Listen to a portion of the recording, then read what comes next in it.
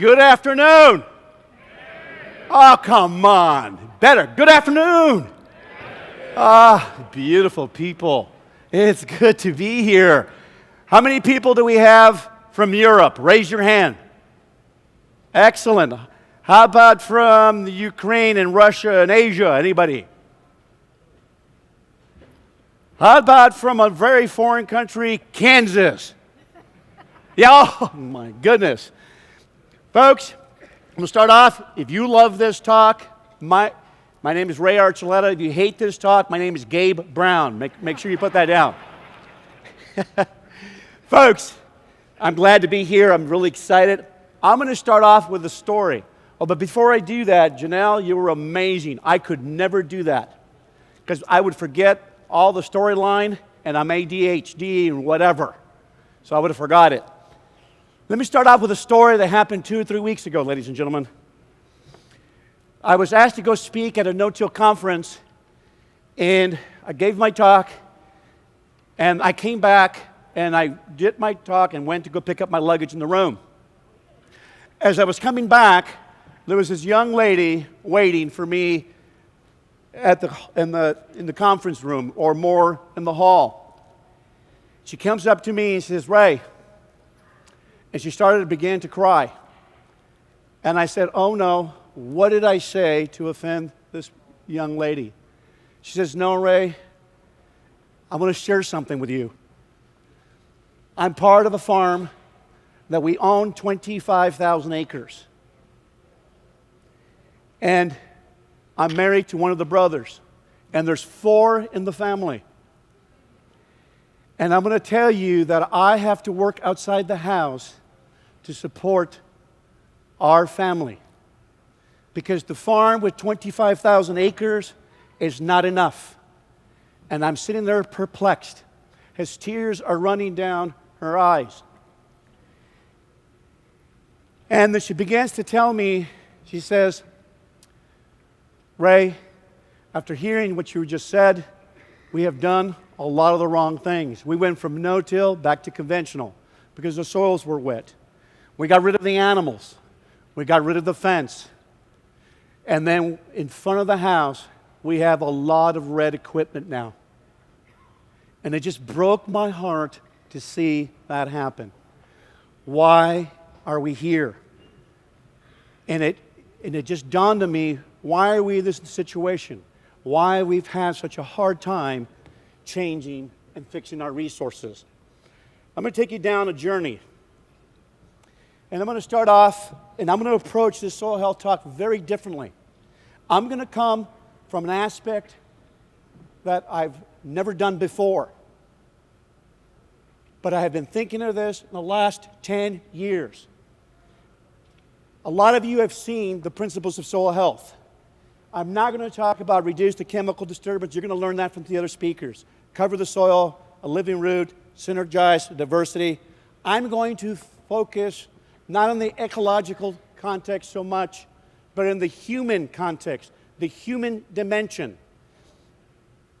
I want you to see those 3 circles in the center. The first one is understand your psychological, social, cultural, and ecological context.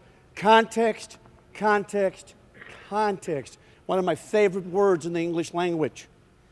And I'm going to focus on human integrity. And I'm not going to talk so much about holistic planning, and that's another talk. But these are the 2 that I'm going to talk about today, and how it's in fact impacting on the way that we look at intelligent design, on how we look at our natural ecosystem. Let's start off with the premise and what modern agriculture is driven by. It is driven by ancient sunlight, by diesel, by oil, natural gas. Our farms are driven by this system. Well, a majority of it should be driven by sunlight. Let's keep that in mind as we talk about this.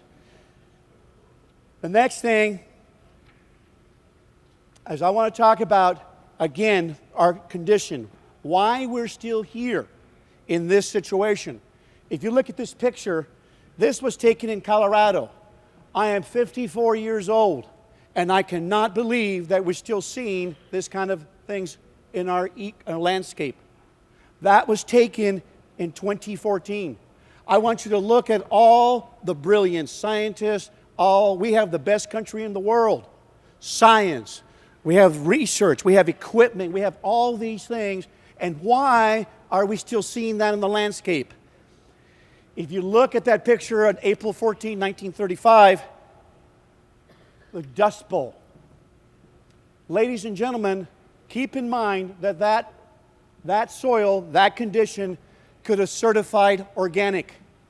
It would have met all the certifications of organic.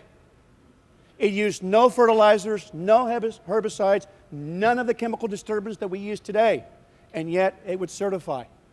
Because I'm beginning to realize it's not about organic, it's not about no-till, it's about understanding our context and our social issues. Ladies and gentlemen, that is Arkansas with 60 inches of rain. 60 inches of rain, and we are paying for center pivots in that area because the water is not infiltrating.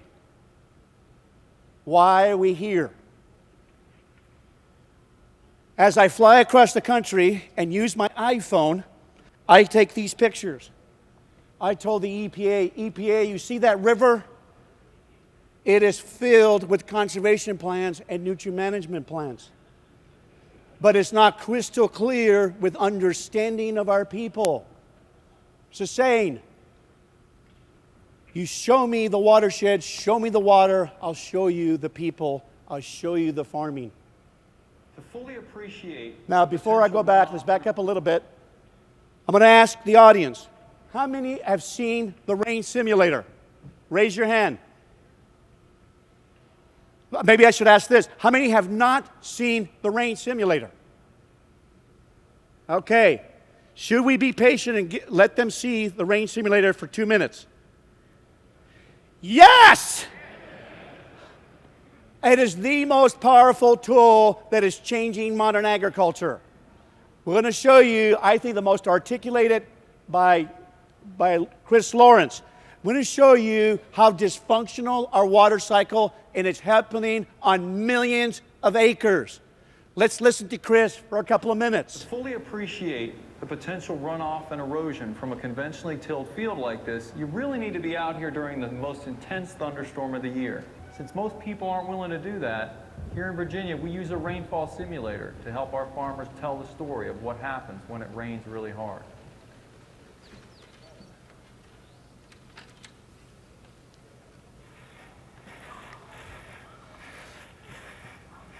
On the left, we start with a tray of dry, loose soil taken from a clean till field. On the right, we start with a slice of intact surface soil from a long-term no-till field. This soil is not only protected with a mulch of cover crop residue, it also has a stable, porous sponge structure. You know, years ago, as a kid, I remember, you know, you get these big, heavy thunderstorms in the summer, and it would just wash the field, and you'd end up with mud down the road. And I'm talking about mud that you'd go over there with a skid loader and scoop out of the way so the cars could go down the road. What I'm seeing now is I'm seeing these heavy rainfalls, and I'm barely seeing a trickle coming out of the field. After we simulate an extremely intense thunderstorm for 5 minutes, the differences are obvious. Most of the water we apply to this soil has run off into this jar, carrying away with it a thin but very significant layer of topsoil.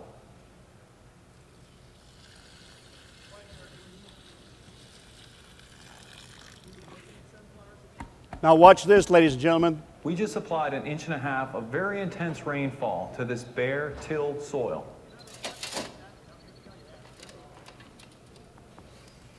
Obviously, we harvested very little for future plant use. Ladies and gentlemen, we have known since 1938, maybe even before, that tillage wakes up these bacteria, our strategists, and they consume the biotic glues, the organo-mineral complexes, destroys the aggregates, and we have this sealing effect. The water does not enter since the 30s. Let's see how we're doing in our grazing lands. It's difficult to realize the difference in rainfall runoff between a continuously grazed pasture versus a rotationally grazed pasture. To really see the difference, you actually have to be out there during the heaviest thunderstorm of the year. This was done by Virginia NRCS, by the way. NRCS uses a rainfall simulator to demonstrate the effects of infiltration versus runoff on pasture surfaces. These pasture samples were collected from actual pastures just down the road from each other. One represents continuous overstocked and overgrazed pasture.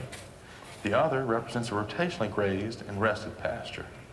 All rainfall runoff is funneled into a collection jug on the front of the demonstration table. This allows us to visually compare both the volume and clarity of the runoff. The most important nutrient we have to manage is water. With rotational grazing, particularly during the summer, we have more water infiltration because we have a better cover on the ground. Essentially, the cover intercepts the water particle and allows it to enter into the ground versus running off.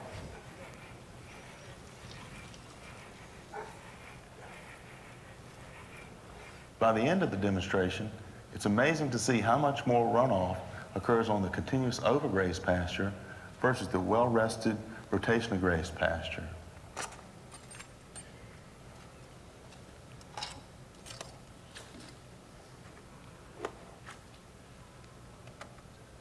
Here you can see how much more water actually soaks in and absorbed under the rotationally grazed, well-rested pasture, and how much more water actually runs off the continuous grazed pasture. Okay, class. Homework assignment. You get a big rainfall event. Okay, I'm going to ask the class right here. Let's back up here a second. This is Bill Putman. Uh-oh, uh-oh, malfunction. Okay. Now, class, if I grabbed a chunk of soil of that overgrazed pasture, if we did this lake test, how many of you in this room think it would fall apart? Raise your hand. Okay? How many of you think would hold together? Raise your hand. Is everybody asleep with protein coma? It would not fall apart. It would still hold. There's still aggregate stability holding it, but what has impacted? The rain impact, not enough cover. It does diminish the aggregates, but you might not be able to tell with doing an aggregate stability test. If we're doing that in our pastures, and my wife and I just moved recently from North Carolina to Missouri. I drive, my wife does not let me drive because I am dangerous because I'm always looking at the landscape. And I noticed one properly managed pasture in 600 to 700 mile drive. The water cycle is not working in our range, it's not working in our pastures, and a majority of our cropping land. Let's see what else is happening to our system. This is a NASA model. What you're looking at. I can thank Jay Fuhrer for this. Carbon dioxide levels in the Earth's atmosphere. This is a picture of South America, North America, Africa. Look at the red plumes. I want you to focus on the dates. Carbon dioxide is the most important greenhouse gas affected by human activity. About half of the carbon dioxide emitted from fossil fuel combustion remains in the atmosphere, while the other half is absorbed by natural land and ocean reservoirs. Now I want you to notice how it's getting darker. We see the highest concentration. What are we doing in the land in March and April, audience? Notice how the gas doesn't. We're doing pillage. Now watch what happens Stay in one in place. June. The dispersion of carbon dioxide is controlled by the large-scale weather patterns within the global circulation.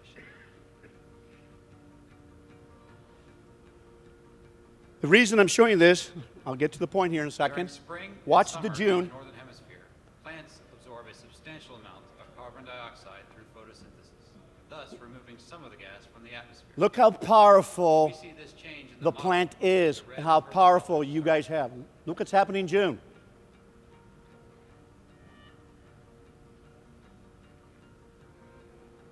So, wanted to show you that. Now, Hi. okay. It has been interesting in my observation as I travel the whole country. We have made these issues like global warming and all these issues, but we have disassociated from land degradation. And so when you talk about global warming, it makes it a very hot button topic. But we have separated it from our soil and from our plant. And one thing as learning to be an ecologist, you don't separate those issues. This is the issue that I'm going to focus on today. The most important issue that we can deal with if we're ever going to fix our resource issues. Because we have been working it for years. It is dealing with the most complex system in itself, the human mind. Every one of you think differently. When you approach a farm, you're dealing with a different world. This is the greatest roadblock that we deal with. My wife reminds me, husband, you are 99% of your problem, and she is right. This is the problem that I am observing in agriculture. If we're going to change modern agriculture and change the world, we have to change the way we see things. I'm going to focus on these aspects very heavily. Understand the psychological, the social, and ecological context. But before we can move on, we've got to make sure that we understand the word of psychology. It's the study of the mind and behavior. See, sometimes we think that it's going to be soil science is going to fix this, or ecology is going to fix this, or the hardcore physics and the mathematics. No. It's the social sciences are just as important and just as critical. We need those other sciences. Don't misunderstand me. And then the social issue. Because the social issue is impacted by the way we think. They're interconnected. Now, this is Ray's perception of his basic psychology from Ray Archuleta by Upton Sinclair. I have noticed it is very difficult to teach somebody if their check depends upon it. It is very difficult. It is hard to get change because of the fear or because they don't understand the system and because they're driven by economics, and it's perfectly understandable because we want to support our farm. We don't want to lose the farm. We have to support our family. The psychologists say if we do not meet the basic needs, food, and all the things you can read there on the bottom, water, basic functions, we cannot get to the top of the triangle. The top of the triangle is taking care of others, taking care of the land, if we cannot meet basic needs. I knew when I was a Peace Corps volunteer, it is hard to take people to a different level if they're starving. We have to meet the basic needs. Now, I'm going to share something with you that's very, when I first came across this, I realized I have to share this because it's going to talk about social and our human nature and how it affects human dynamics and why we have such a difficult time promoting things within the government, outside the government, and outside our community. This is done by a paper, and I definitely recommend this. My wife and I watched the documentary, The Man That Shocked the World. This is Dr. Stanley Milgram. Dr. Stanley Milgram, this thing fell off my ear. Can you guys hear me? Okay. Dr. Milgram, there was a credible book. He's Jewish, and he wanted to ask this very simple question. He graduated from Harvard, and he did his basic experiment. Why, and his question was this, why would humans hurt other humans in the hierarchy of authority and not stop the harm? Why would they do that? So he did a very complex experiment, and I'm going to share it with you so that I want you to watch this video because I think it's going to connect with all of us why humans do what they do under authority. And there's also called community authority. We are all impacted by that type of authority. Okay? Here we go.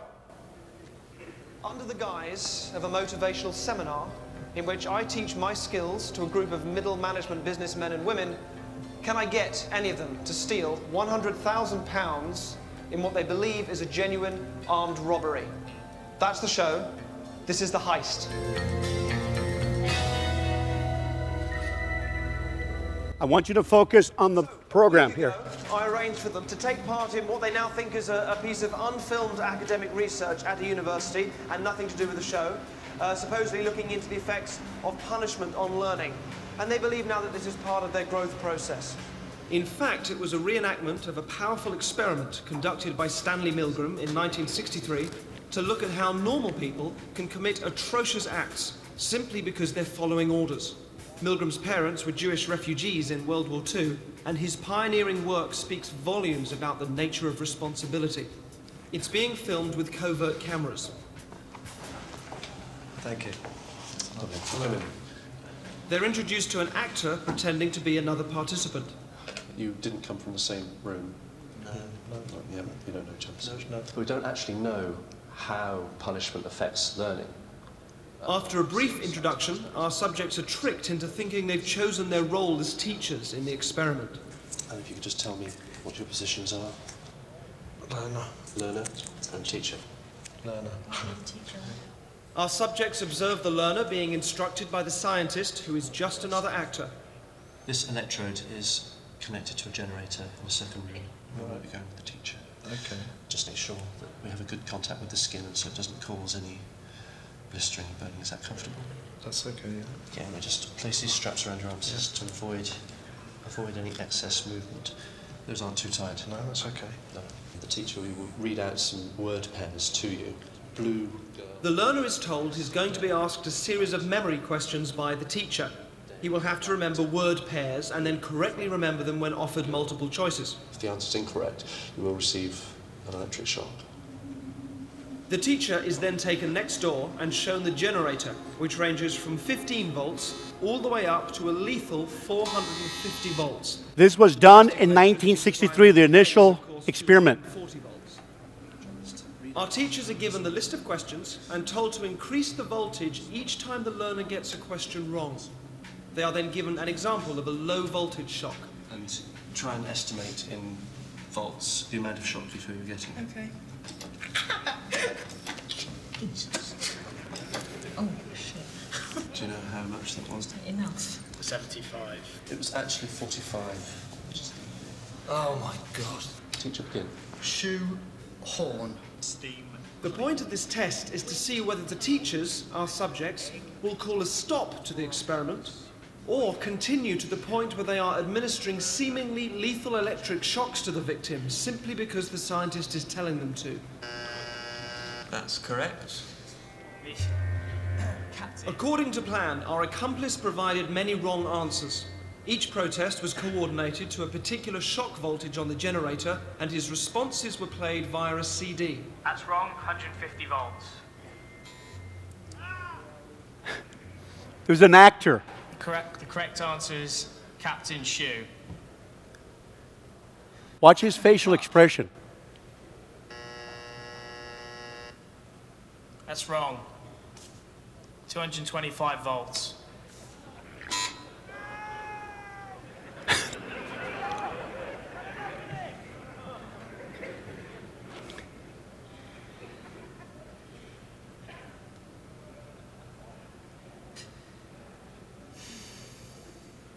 Watch his face. Pain.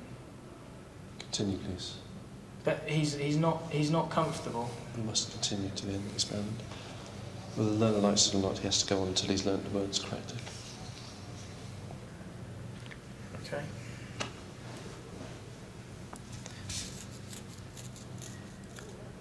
Forest. That's wrong, 240 volts.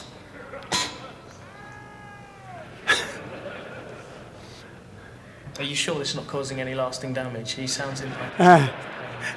Shocks might be painful, they're not harmful. What does that mean, though? They're not harmful. Sorry, I'm not getting you. When you say that they might be painful but not harmful, They cause no long-term damage. because what does that mean? That it doesn't leave any scars? It causes no damage.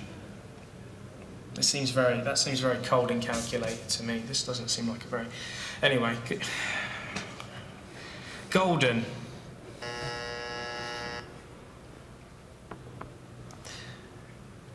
That's wrong, mate. 300 volts.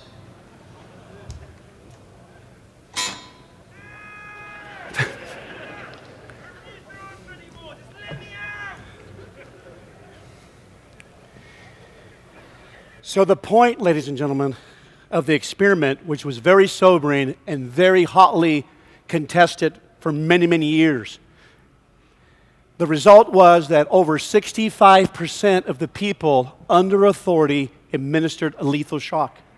In some cases, 85% administered a lethal shock to the victim.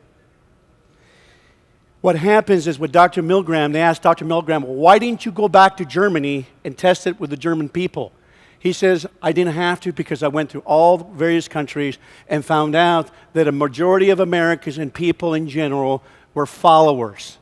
And very few had the integrity to stop and tell the experimenter, this is wrong, I am not going to do it anymore. It took those kind of people that went to no-till. It took those kind of people that started the soil health movement to go against community authority and against the system, against the government. It takes a people with integrity to be able to withstand and to say, no, this is unacceptable. Let me show you some more what we're talking about. Frederick Nietzsche, very famous psychologist. He says, the individual has always had to struggle to keep from being overwhelmed by the tribe. If you try it, you will be lonely often and sometimes frightened. But no price is too high to pay for the privilege of owning yourself. Some of you have had to experience that. I had a rancher tell me, he says, Ray, when I first went to no-till, I couldn't even go to the coffee shop because I would get blasted and say, you are degrading the resource. We need to understand socially, structurally, it is hard to go against the norm. It impacts us socially. One of the reasons why our resources are the way they are. Another famous psychologist was Dr. Carl Jung. Knowing your own darkness is the best method of dealing with the darkness of others. Ladies and gentlemen, the next is the reason we're here. We're not fixing our resources. It's not because we haven't spent trillions of dollars. It's not that we have not good technology and good science. In fact, I would argue if no more science came out, I could still help my producers farm successfully and reduce their inputs and change and heal the resource. It's not the sciences. It's us internally. It's the issue. Another book I recommend is brilliant statistician is Dr. Taleb. He wrote the book called The Black Swan. A very brilliant book. And he talked about the exposures. He's a statistician.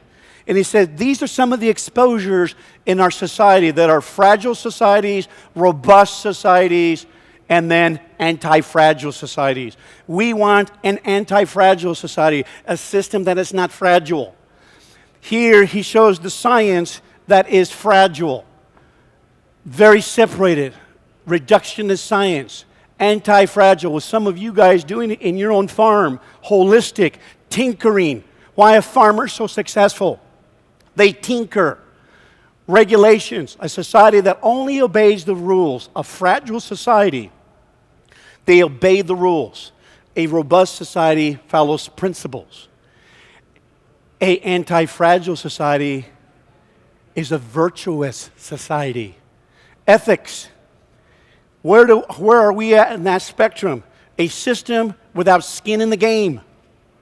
Or do we have a system with the people have skin in the game? Or do we have a society that has soul in the game? Where do we rank, ladies and gentlemen, as a country? Nobody wants to say? We're a very fragile society. We used to have skin in the game. I would probably argue we had soul in the game at times. Now, let's look at our ecological context. Now, I talked about the psychological the social context. Now let's look at our ecological context. This is what I was taught in school. I was drilled in graduate level soil chemistry, soil microbiology, that soils are 3 equal parts: the physical, chemical, and biological, that they all have equal value. I argue that is not true. The biology range. Let me give you an example. This is where chemistry and physical are equal. Look at the surface of Mars. Our planet. What is the difference? Life, ladies and gentlemen. The most powerful geological force. And thank you, Dr. Van Darsky. I probably said it wrong. Veltimir Vernadsky, the book called The Biosphere. Great biogeochemist. The Russians were way ahead. He said the most powerful force on the planet that changes it geologically is life, ladies and gentlemen. Life. When I say the word soil, it is life, plant and soil and the microbes. If I take the biology out of them, if I take the soil microbes out, if I take the soil biology out, and if I take the plant biology, what do I have, ladies and gentlemen? I have Mars. I have geology. This is the force that we left out because we ignored it, because it wasn't important. This is what I left out, thinking when I left to school, it's just a chemistry set. But this is the force that changes our soils. It's the biology. I remember one night, coming out of my room, I was reading some really awesome papers, and a researcher said, the plant and soil are one. I came out of the room and said, wife, the plant and soil are one. She looks at me, I can't believe I married you. Can I take you back? Ladies and gentlemen, this is powerful. Let me show you how powerful the biology is. This is a picture from Australia. Look at those calcium beds. Audience, why is it dark on the top? Life. The chisels, the equipment cannot change and modify the soil. This is something you want to write down. Anybody write this down? Niche construction. It's a great website where all these scientists are arguing that Darwin didn't always have it right. It's the organisms not only adapt to their environment, but they change the environment. They modify it. When we get hot, we turn the thermostat. The biology has a way to adapt and change and modify the environment. Look at it. How about this? So what do we do to fix, is that a compaction issue, ladies and gentlemen? That's compaction, isn't it? So what do we do, farmers, for compaction? We turn the tractor on and get horsepower, right? How is that plant surviving that condition? The plant and the microbes and the biology, when those plants respire CO2, comes in contact with moisture and water, carbonic acids. The fungus and the mycorrhizae have these excretions that can break the rock down. It is biology and the power of it. I took this picture. My wife and I went to Hawaii and teach soil health. What a terrible duty. That is solid lava.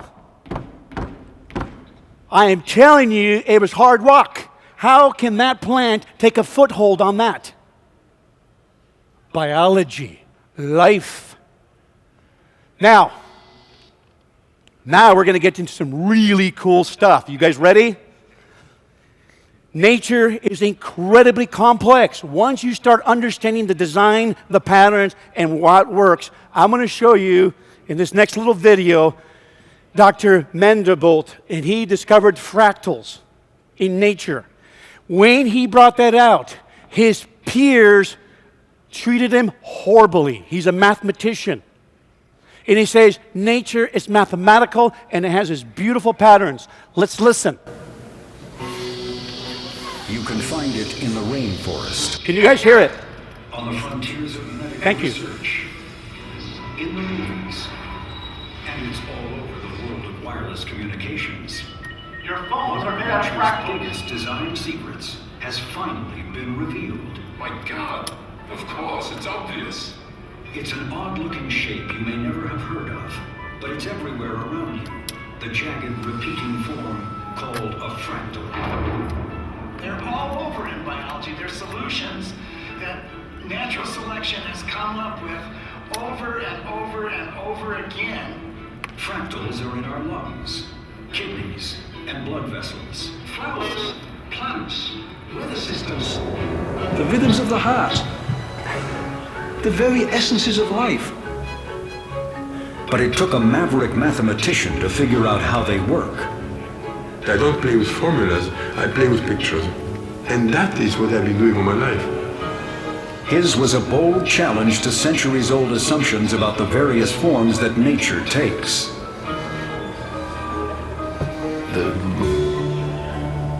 The key to fractal geometry, and the thing that evaded anyone until really Mandelbrot sort of said this is the way to look at things, is that if you look on the surface, you see complexity, and it looks very non-mathematical. What Mandelbrot said was that think not of what you see, but what it took to produce what you see. It takes endless repetition, and that gives rise to one of the defining characteristics of a fractal, what mathematicians call self-similarities. Self-similarity. Yes, always, as you zoom in and zoom out, the objects look the same. If you look at something at this scale, and then you pick a small piece of it and you zoom in, it looks very much the same. The whole of the fractal looks just like a part, which looks just like the next smaller part. The similarity of the pattern just keeps on going. This is a fractal. Familiar examples of self-similarity is a tree. If we look at each of the nodes, the branching nodes of this tree, what you'll actually see is that the pattern of branching is very similar throughout the tree. As we go from the base of the tree to higher up, you'll see we'll have mother branches, then branching then into daughter branches. If we take this one branch and node and then go up to a higher branch or node, what we'll actually find is again that the pattern of branching is similar. Again, this pattern of branching is repeated throughout the tree, all the way ultimately out to the tips where the leaves are. You see self-similarity in everything, from a stalk of broccoli to the surface of the moon. You are covered with fractals. Fractals are everywhere. Human lung, mycorrhizae. Look at the patterns. Part of seeing the design, ladies and gentlemen, when you walk out on your farm, is be an observer and watch the patterns. Once you start knowing that nature works in wholes, in patterns, you start seeing things that can help you change, help work with the natural ecosystem. Now, I'm going to share something with you, this next video. And besides, you can get that whole 52-minute video on BBC. You can see it on YouTube. Now, here's the next one. Let's look, can plants talk?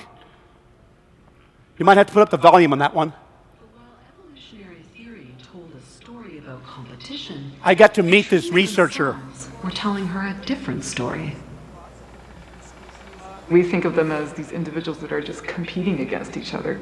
You know, I'm going to get this, and I'm going to get it, and you're not going to get it. And that's really led a lot of the thinking, and we've long ignored, you know, a lot of the other interactions other than competition.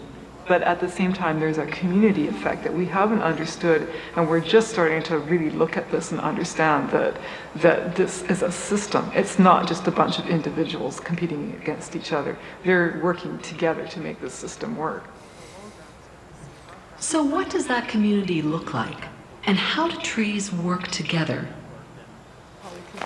To answer these questions, Simard focused not only on the below-ground world of the Douglas fir, but on their relationship with some of the strangest-looking organisms in the forest. And these trees are all connected below ground by their roots and also by fungi. And you can often see the fruiting bodies of the fungi right next to old trees like this.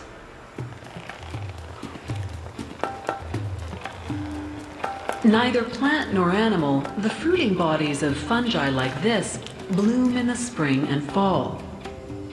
Each of their gills is filled with tiny spores, the source of the next generation.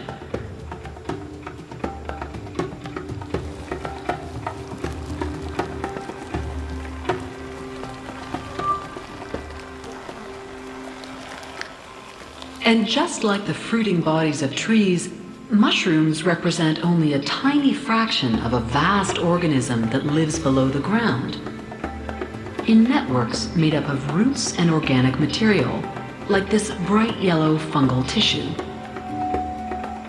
If we could see in that soil, we'd realize there's layer after layer of just networks, and these are big organisms. Just like these trees are really, really big, so too are the mushrooms. They're just flat, and they happen to be predominantly in the soil.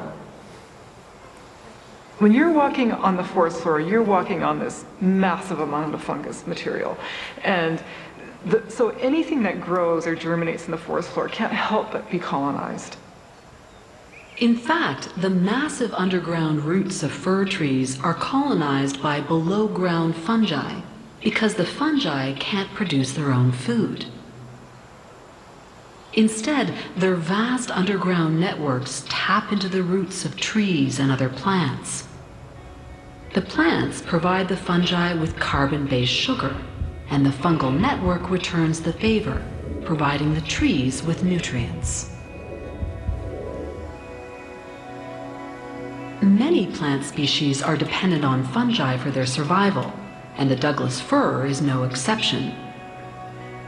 In turn, the underground fungi are equally dependent on the tree's carbon.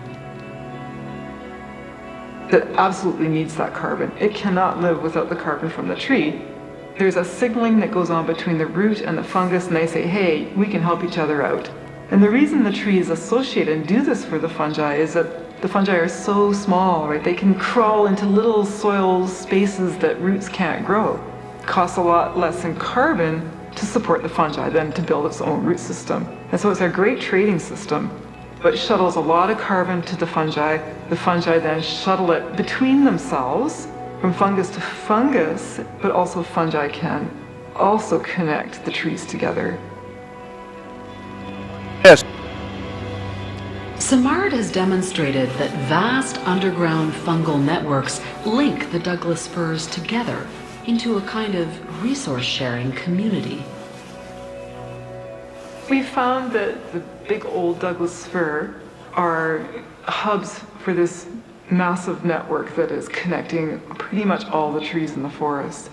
And the bigger the tree and the older the tree, the more roots that it's growing and the more mycorrhizal connections that it has. And what we found is that those connections are providing really a rearing ground for the new trees that are coming up. Watch this, ladies and gentlemen. This is really cool. Demonstrate how that network operates. First, Simard and graduate student Marcus Bingham bag the branches of an older mother tree, then expose it to radioactive carbon-14, a gas the tree naturally absorbs to produce its food. Okay, so let's just inject this C14 or radioactive gas, CO2 gas, and within a few hours it's going to be coming down the trunk in its sugars and into the root system, and then in a day or two we should see the radioactivity. Days later, the team returns to track where the radioactive carbon has gone using a Geiger counter. Watch this. The results are nothing short of amazing. Yeah, let's pull out the Geiger counter, see what we've got. Oh yeah. Not only has the underground network shuttled the mother tree's carbon-based food to surrounding trees, experiments like this one reveal that the biggest beneficiaries are the youngest, most vulnerable trees. It's right in the foliage. Mm-hmm. So think about this, ladies and gentlemen. We were taught that competition was prevalent, were we not? Raise your hand that were taught that way. A majority were taught, but verily were we taught that collaboration is prevalent. Here's where I first learned how powerful collaboration is with the North Dakota guys, Gabe and Jay, and what the district did is they planted these mixes with a very droughty year. Remember that? A lot of you have seen it. And look what happens when they did monocultures, but when they did a community, look what happens. Monoculture under 1.8 inches. Now look what happens when there is community. And when we said that, well, that can't happen. But here, Dr. Mark Burtness, a professor, says, no, there's what you call the stress gradient hypothesis. He went and did a meta-analysis of all the research paper, and he said, no, nature collaborates. Same thing with the researcher with the trees. So think about this. We're dealing with our own human nature. We don't appreciate the beauty and the elegance of nature. We don't understand our context. Then we know why we're at where we're at. Some of the things that I've learned from nature, and this is just a very few of them, it works through ordering chaos. Chaos is mathematically unpredictability. You cannot predict these natural ecosystems or the systems. We can get accurate, but we will never be precise. It changes. It is an incredible, powerful force. Patterns. Nature works in patterns. Also, it collaborates. It works in cycles and wholes. It is self-ordering, self-healing. Your body is self-healing, self-ordering. Everything is connected. Now I'm going to show you what happens when you have continuous diversity trumps limited disturbance. You guys were supposed to laugh. I thought it was fantastic. Here's what I'm saying by that slide. Diversity is incredibly powerful. Even though we do the tillage, some of the chemical stresses that we do, if we reduce the stresses, diversity and biology and the natural system will overcome them. The key is to limit the disturbances, to be cognizant. Let me give you an example of a producer recently, Lucas Criswell. Lucas, are you in the audience? He wants to hide. Did I say it right? This is a man that understands how he wants to limit disturbance. He told me a story that when there came the extension and planted the interseeder to plant in his crop, between his corn, and come and plant a cover crop mix. It was doing a lot of disturbance. He walks off the tractor and he says, stop. You're doing too much disturbance. He is cognizant. He is conscientious. He's beginning to understand and connect with the ecosystem. As a teacher, I am happy and excited because, see, ladies and gentlemen, our pest management, our nutrient management, and everything we do should be conscientious, should be cognizant of what you're doing with the system.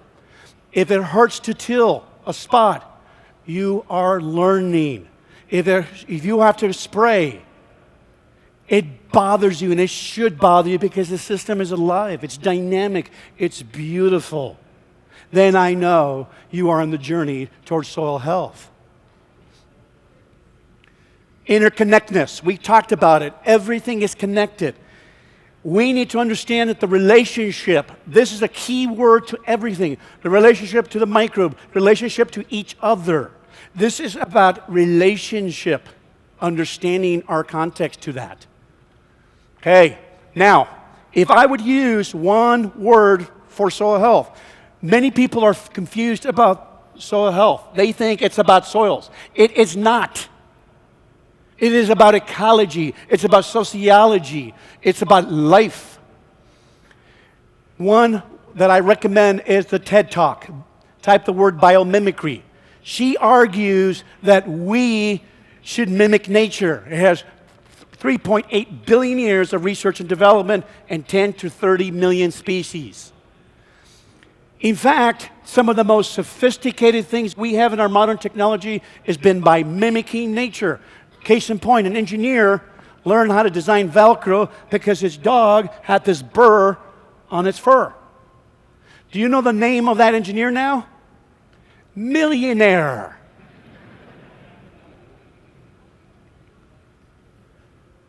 Engineers are now designing systems, air conditioning systems, and cooling and heating systems by mimicking the termite, reducing energy consumption by 90%. We are designing robotics by mimicking the trunk of the elephant. This is what she argues we should be mimicking, the forest and the prairie. Look at the way the forest and the prairie farm, and look at the way we farm, same soils. Where did we get the principles? These are self-evident principles that you will hear by the other speakers today. Biomimicry, ladies and gentlemen, have been around for a long, long time. Ask the beast and they will teach you. It has been around for eons. Do you know why I missed it, ladies and gentlemen? All my years of college got in the way. I forgot to be an observer, a self-thinking person, critical thinker. Ladies and gentlemen, people say, well, Ray, where's your science to back you up? Really? Look at the scientists, Dr. Odom, Piper, all these brilliant scientists that were at colleges. And in fact, they say we rarely apply the principles and patterns in modern agriculture. We have known for a long time, ladies and gentlemen. We have known the design. And we know there's a designer. This is what I design when I'm doing my cover crop mixes. I want to emulate that. The prairie and the forest. This is why we do the multi-species mixes, to emulate that structure, the architecture, because each plant leaks different chemical signatures, communicating. That's why we do our mixes. And we change and modify the biology. We change the system. We increase ecosystem processes, nutrient cycling, water cycling. We bring ecological memory back. We also run animals like this. Our template, mimicking the biology. This is the system that we want to emulate, where we want to go. These were grouped together because of predators. The new predator here is the hot wire.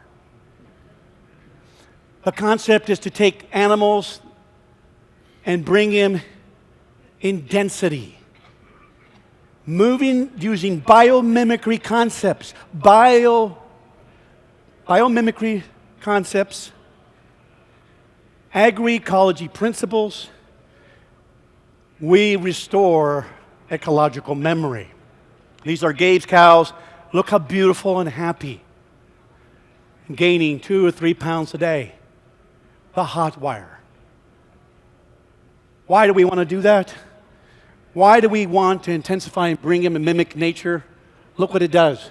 Look at the manure distribution. Look at the weed control. Look at the carbon. Biomimicry, the answer. Look at Gabe's way of doing business. Look how the animals are happy.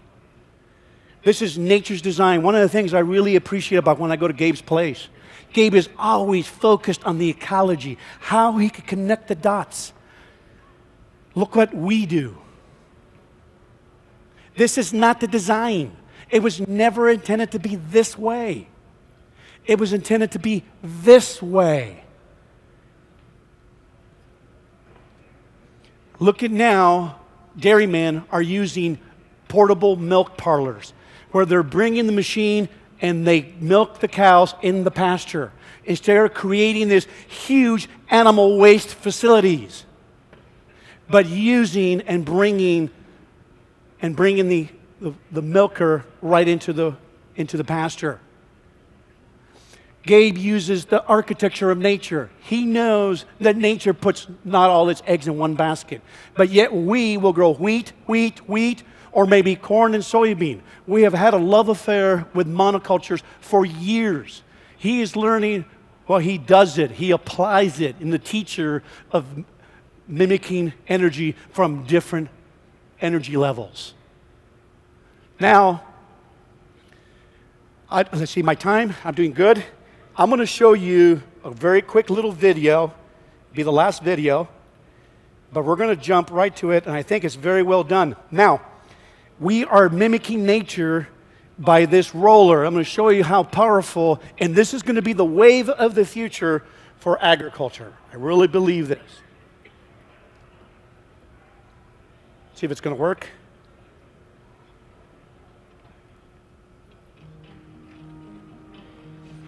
Cover Crop Solution did a really good job on this video from Pennsylvania.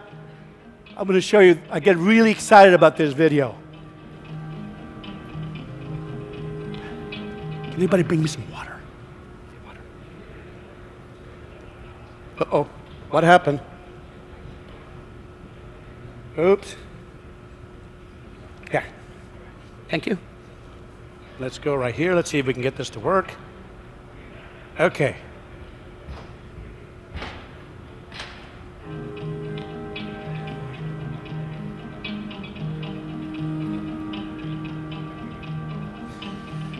I get really excited for no-till in the future. And organic farmers are doing this. Oops, not going to work. Sorry. What we're doing is we're using rollers and we're interseeding into standing covers. You're beginning to see this movement grow all over the country. There's a lady here using a roller of 2x4 with a rope.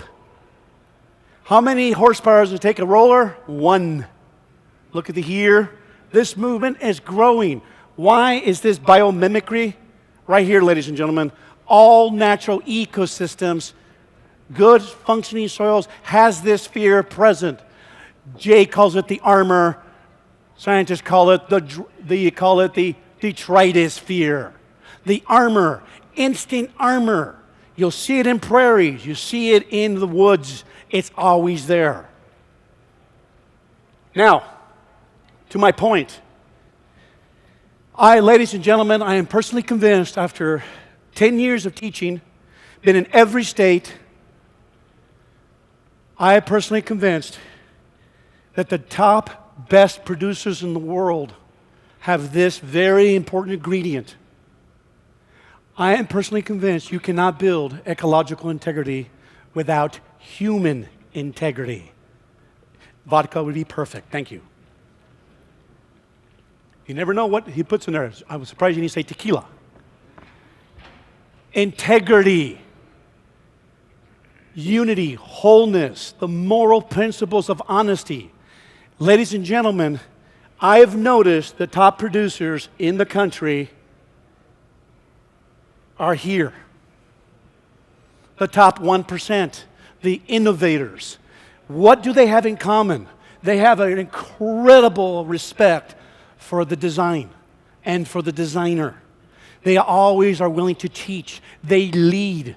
They have a strong sense and purpose of why. Same thing with the top extension people, the top district people, the top NRCS people, the top governmental people.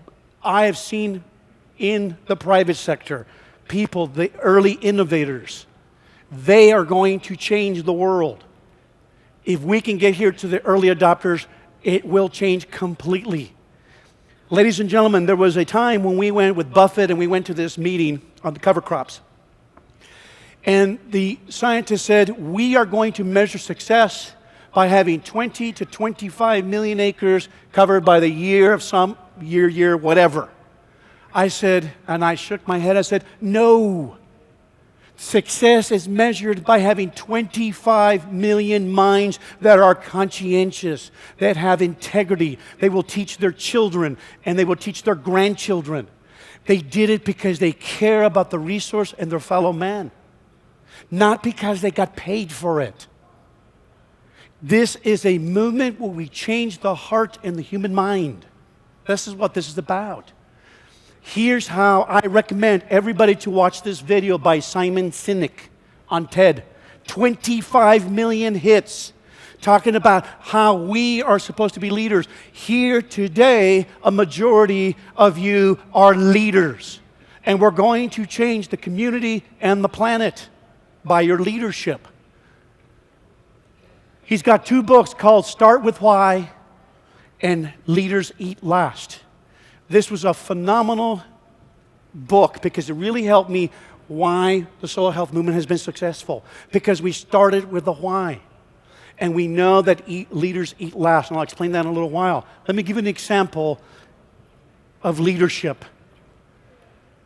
This gentleman was named, his name is Samuel Langley. He had a PhD in mathematics. He had everything going for him. This man was very well respected, hold incredible positions. The government back in the early 1900s gave him $50,000 to make a flying machine. He had the best minds with him. He had the best team with him. The Wright brothers, they ran a bicycle shop. And none of them went to college and only had a high school education. What made them different? Mr. Simon Sinek says, it's because they had a strong purpose of why. The Wright brothers understood their why. Mr. Langley wanted to be known. He wanted to be respected. He had the wrong why. It is your why. Why do you farm? Why do you ranch? Why do you do what you do? It's not the how and the what. Do you know why this soil health movement has grown? Because we have the same why. Martin King, why did people go listen to him? Eloquent speaker. There are many eloquent speakers. Why did this man move so many people? And at that time, they didn't have the social media, but yet 250,000 people, black, white, of all races came because they had the same why. His why was he believed that God's laws and man's laws should be the same. They had the same why. When we communicate, a majority of us communicate. Scientists have a concept of communicating what and how, but rarely the why. Not all of them. Please do not put Dr. Beck, because you'll come and tell me that. We want to communicate from the why to the what.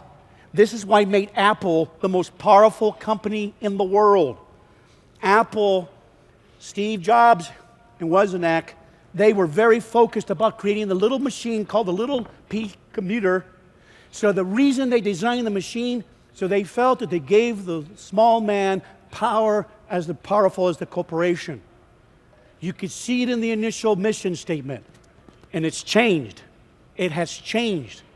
You can see now the new mission statement, and it's impacted the company.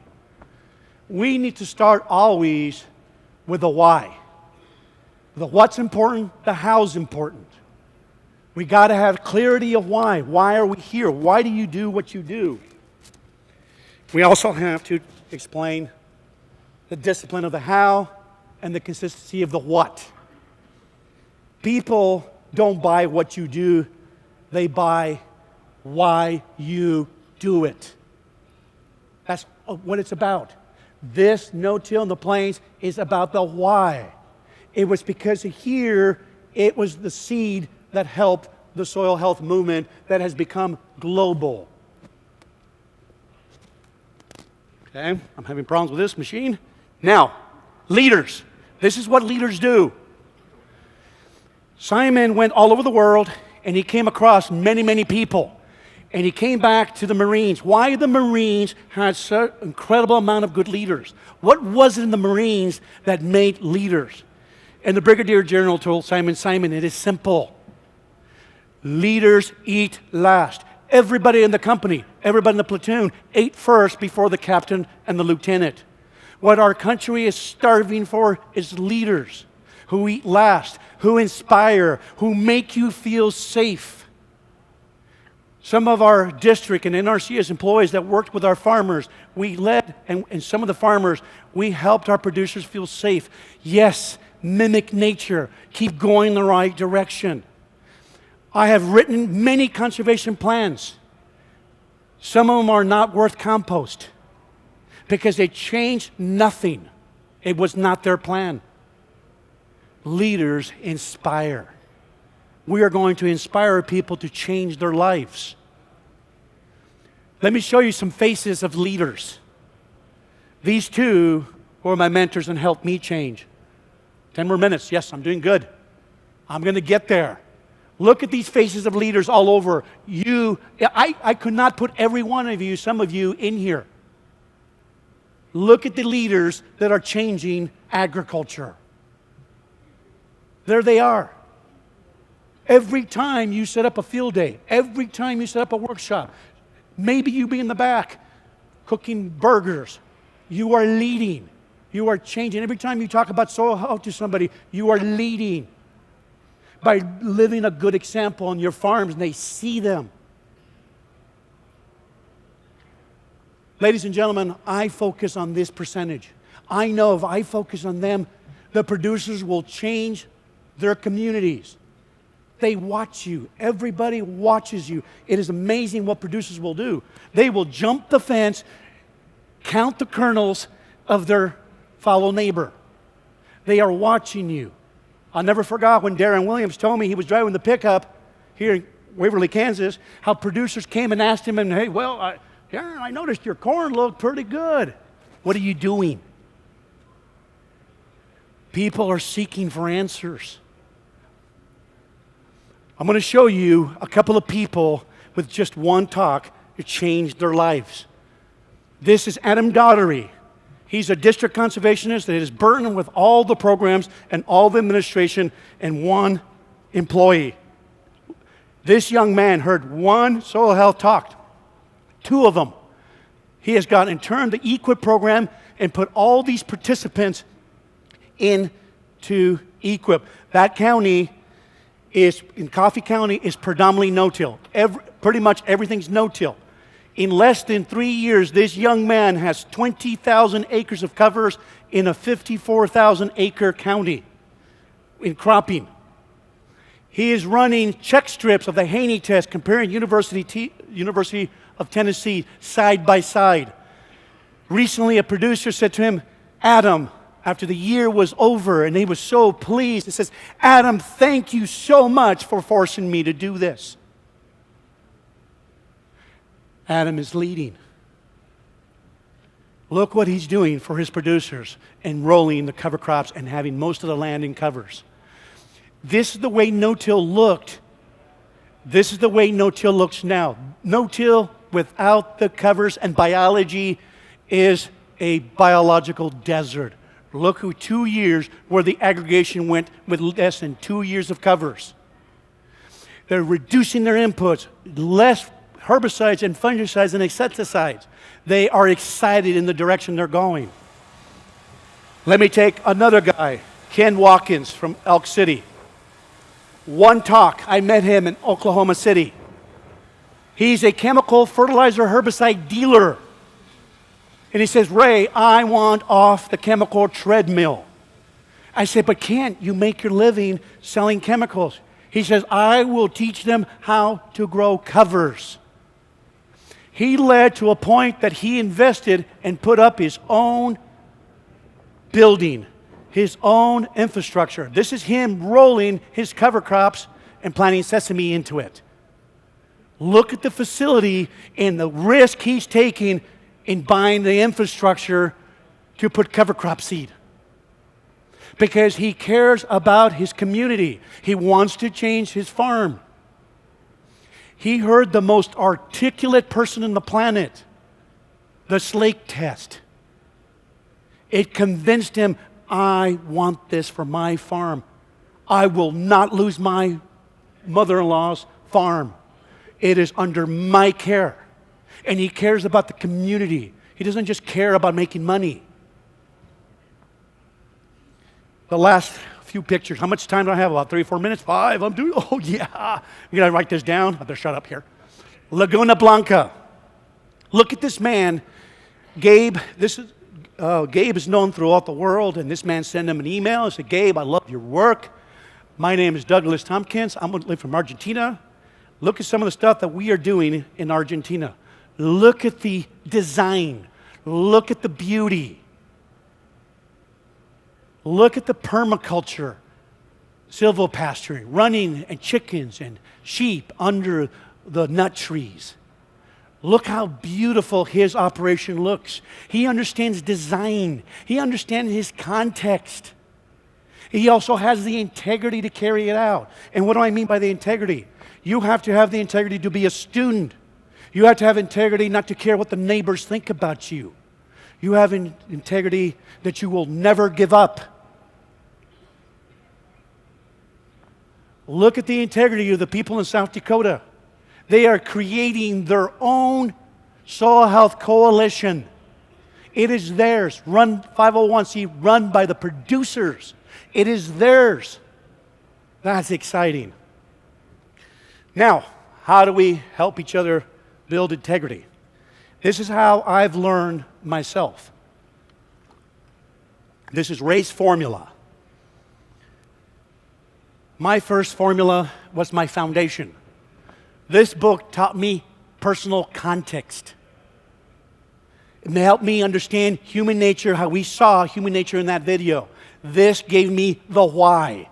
This book was all about the why. This book gave me ecological context. Then I started building the foundation, ecology, agroecology, biomimicry. I don't know how many times I read that man's book, 3 or 4 times. You have to be well read. You have to understand what you're dealing with. This is a very powerful book, definitely recommended by Dr. Timothy Keller, Every Good Endeavor. All these books are listed in my Facebook. This is my personal why I was willing to speak against my own agency. Not because I don't love my agency, I do. But I knew the things were wrong. This is my why. Every one of you have a why. My purpose in life is to bring glory and honor to the Creator, to the great designer, by providing leadership in the ecological restoration and regeneration of modern agriculture through the power of community, to raise rich, nutrient-dense food. I did that for Gabe and for me. Ladies and gentlemen, I definitely recommend this book because it tells me, why do you work? Why do you do what you do? Dr. Keller, great theologian, and the thing we haven't even thought about is there are subjects called eco-theology, the study of God, the Creator, and also ecology. This is what's exciting to me. From the left, we are changing from individual salvation to the gospel changes everything. From being good, from being saved. Cheap grace to costly grace. Heaven is up there. We're bringing it down here. Change here. Idols of this world live for God. Why do you work? He wants us to restore His creation. A disdain from the world, He says, be engaged in the world. Bowl alone? No. Help, accept community. Bring community. People matter. No, let's take it further. Institutions matter. The no-till in the plains matters. We have to help the no-till in the plains. Christian superiority? No. It's common grace that we can help everybody. You don't have to be a Christian to love the creation. Here's a book that I definitely recommend. It's called The Bible and Ecology. I am bringing new subjects, ladies and gentlemen, because if you ever really want to fix things, you'll have to look inward. I want to change the planet. It is no longer acceptable to see what we see in the landscape. Our people need leadership. He who has a why to live can bear almost any how.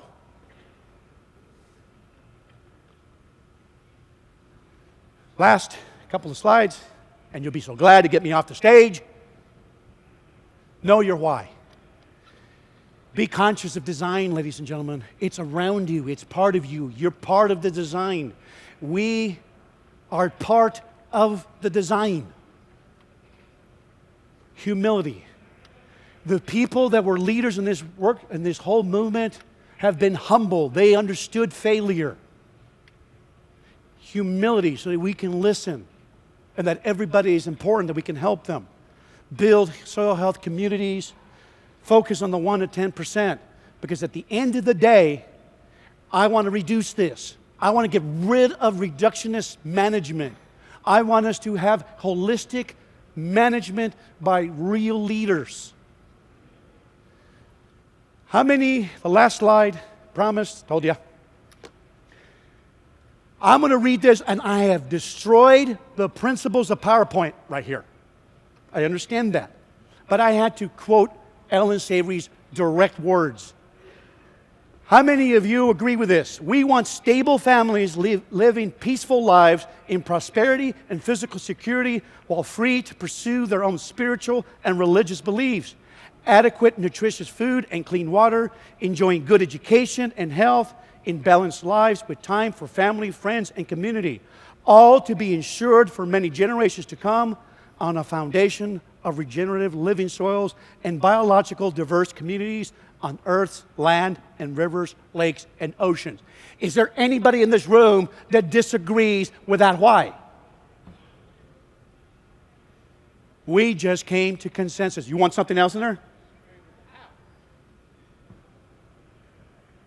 It's still... Why? Where's the political?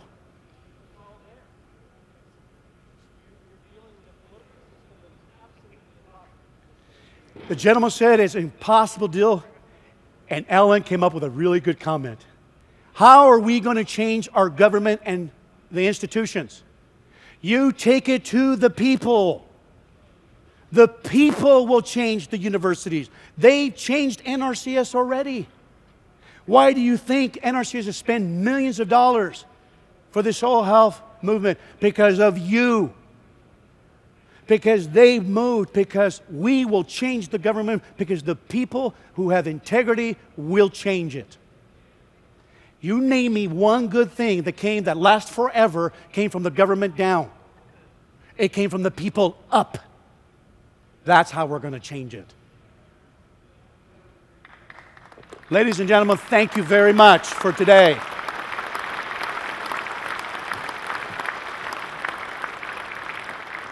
I hope today that you have a fantastic next couple of days, that we had fellowship and community, so that we're willing to change our future.